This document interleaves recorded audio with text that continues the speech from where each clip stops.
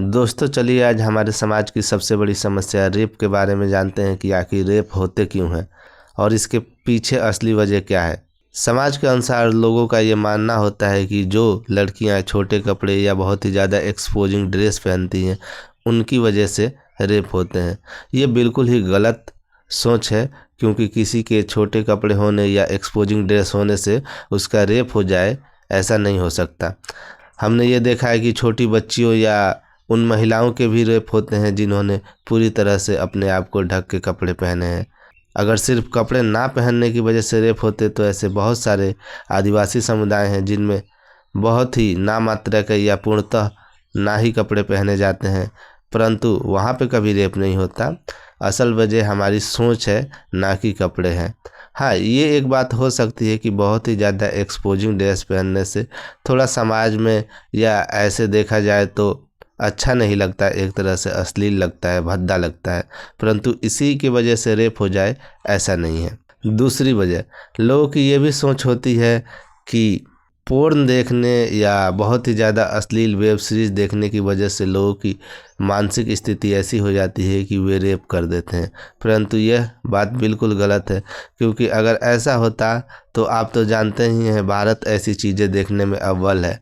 ऐसा होता तो लगभग 99% लोग रेप कर देते, परंतु ऐसा नहीं है।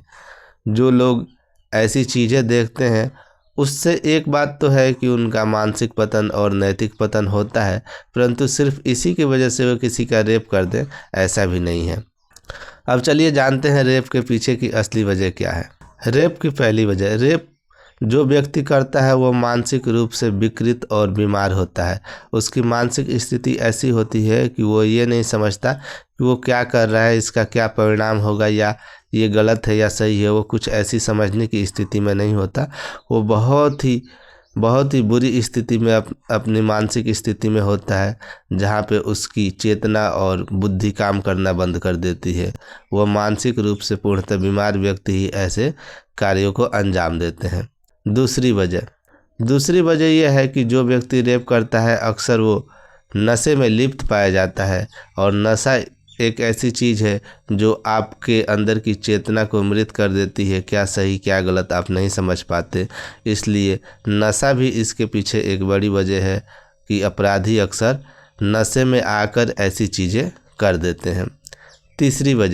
तीसरी इसके पीछे सबसे बड़ी वजह है कि हमारे देश में इसके लिए कोई सख्त कानून नहीं है, और या यूं कहें कि हमारी न्याय व्यवस्था इस तरह से काम नहीं करती कि वो पीड़ितों को न्याय दिला पाए।